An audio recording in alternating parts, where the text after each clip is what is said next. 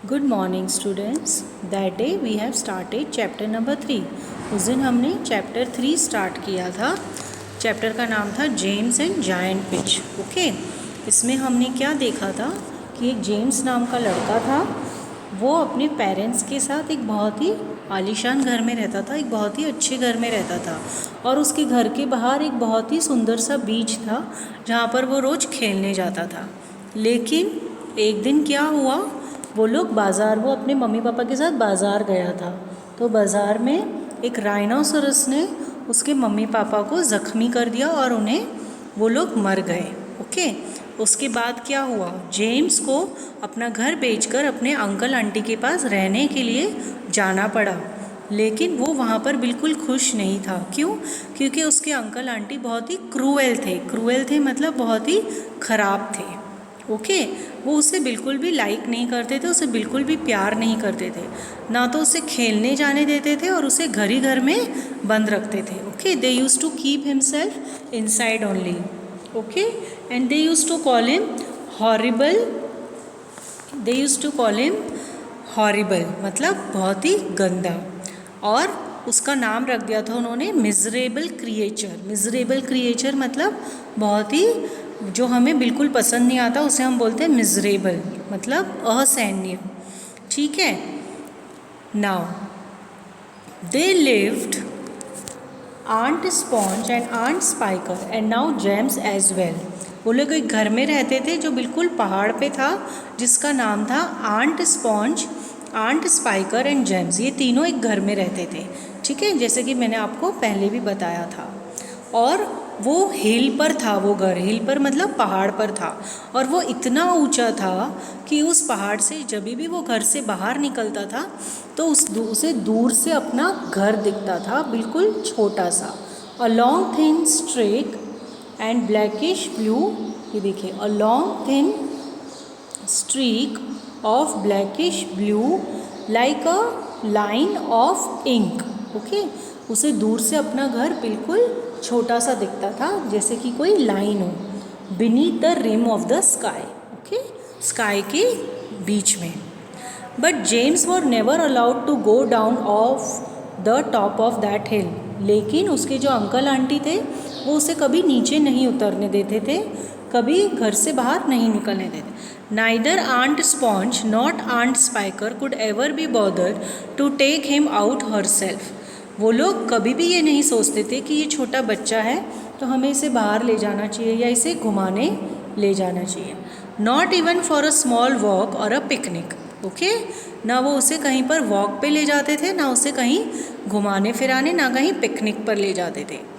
And he certainly wasn't permitted to go alone, और ना ही उसे अकेले जाने की कहीं पर भी परमिशन थी। ओके, तो उसके अंकल आंटी कैसे थे, आज आपके पेरेंट्स हैं, आपको महीने में या वीक में एक बार बाहर घुमाने ले जाते हैं, कई बार छुट्टियां आती है तो आपको पिकनिक भी ले जाते हैं। लेकिन इन लोगों को बिल्कुल भी परवाह नहीं थी कि ये छोटा बच्चा है तो हम इसे कहीं लेकर चलें।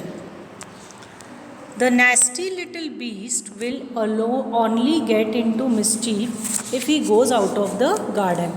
वो लोग क्या बोलते थे कि अगर ये बाहर जाएगा तो ये सिर्फ कुछ ना कुछ गलतियां ही करके वहाँ से आएगा। एंट स्पाइकर हैड सेड, ओके, उन्होंने, आंट स्पाइकर ने ऐसा कहा कि अगर ये बाहर गार्डन में खेलने के लिए जाएगा तो कुछ ना कुछ बिगाड़ कर आएगा। And terrible punishment were promised him, और उसे बहुत डरा कर रखा हुआ था कि अगर तुमने हमारी बात नहीं मानी तो हम तुम्हें बहुत ज़्यादा पनिश करेंगे। ओके, हम तुम्हें बहुत ज़्यादा मारेंगे या बहुत ज़्यादा तुम्हें परेशान करेंगे। Such as being locked up in the cellar with rats for a week. Okay, एक उनका कमरा था ऊपर की तरफ में, उसे कहा गया था अगर तुम हमारी बात नहीं मानोगे तो हम तुम्हें रैट्स, चूहों के बीच में तुम्हें एक हफ्ते के लिए वहीं पर बंद कर देंगे।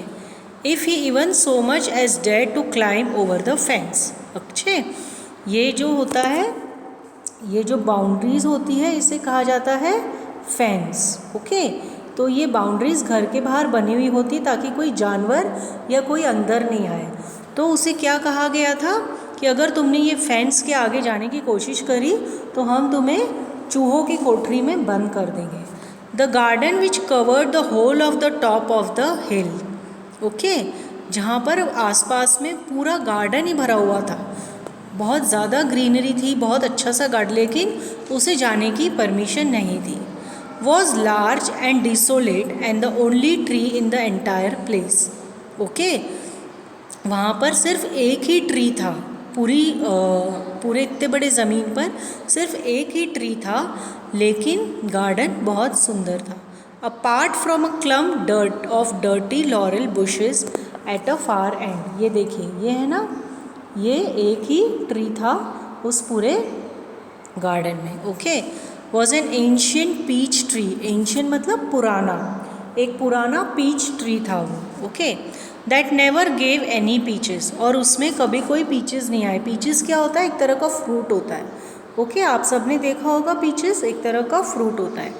There was no swing, no seesaw, no sandpit and no other children were ever invited to come up. Okay, वहाँ पर बच्चों के लिए कुछ भी नहीं था, ना तो सैंडपिट था ना सीसॉ था। सैंडपिट मतलब ना ही रेत वगैरह थी जहाँ बच्चे बैठकर खेलते हैं, और ना ही सीसॉ था मतलब झूले भी नहीं थे, घसरगुंडी, घसरपिट्टी। स्विंग मतलब झूला, ना ही झूले थे ना ही स्विंग थे। तो और ना ही वहाँ पर आसपास के किसी बच्चों को बुलाया जाता था जेम्स के साथ खेलने के लिए। And no other children were ever invited to come up the hill to play with poor James. Okay, उन्हें बच्चों को कभी भी नहीं बुलाया जाता था वहाँ पे जेम्स के साथ खेलने के लिए। There wasn't so much as a dog और a cat around to keep him company. ना ही वहाँ पर कोई जानवर था जैसे कुत्ता बिल्ली। चलो कोई फ्रेंड नहीं है तो कुत्ता बिल्ली हो तो हम उनके साथ भी खेल लेते हैं ना, उसके साथ फ्रेंडली होकर हम उन्हें भी अपना फ्रेंड या कंपेनियन बना सकते हैं। ओके, ताकि उसका थोड़ा सा मन लग जाए, लेकिन वहाँ पर ऐसा भी कुछ नहीं था। And as time went on he became sadder and sadder. और जैसे जैसे दिन गुजरते गए वो और भी दुखी होता गया।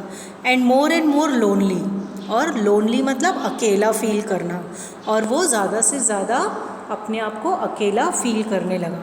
And he used to spend hours every day standing at the bottom of the garden. क्या करता था? गार्डन की किनारे पर, बॉटम मतलब किनारे पर आके खड़ा हो जाता था और वहाँ घंटों खड़ा रहता था और अपने पुराने दिन याद करता था कि जब उसके पेरेंट्स थे तो वो कैसे खेलता कूदता था और कैसे एंजॉय करता था, लेकिन अब उसके दिन बहुत ही ख़राब हो रहे थे।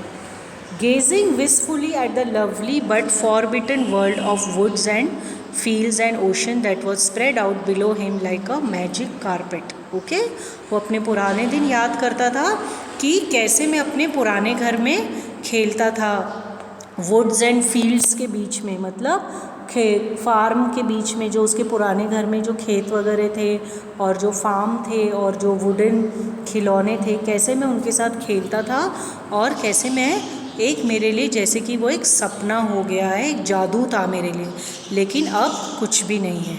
Okay, here are some word meanings जो आपको एक बार रीड कर लीजिए। बाकी मैं आपको PDF भेजूँगी इस चैप्टर की, उसमें वर्ड मीनिंग और क्वेश्चन आंसर्स दोनों हैं। वो आपको अपनी कॉपी में लिख कर और स्कूल में सबमिट करवानी है। मैं आपको चेक करके घर पे वापस भेजूँगी। Okay, thank you for today.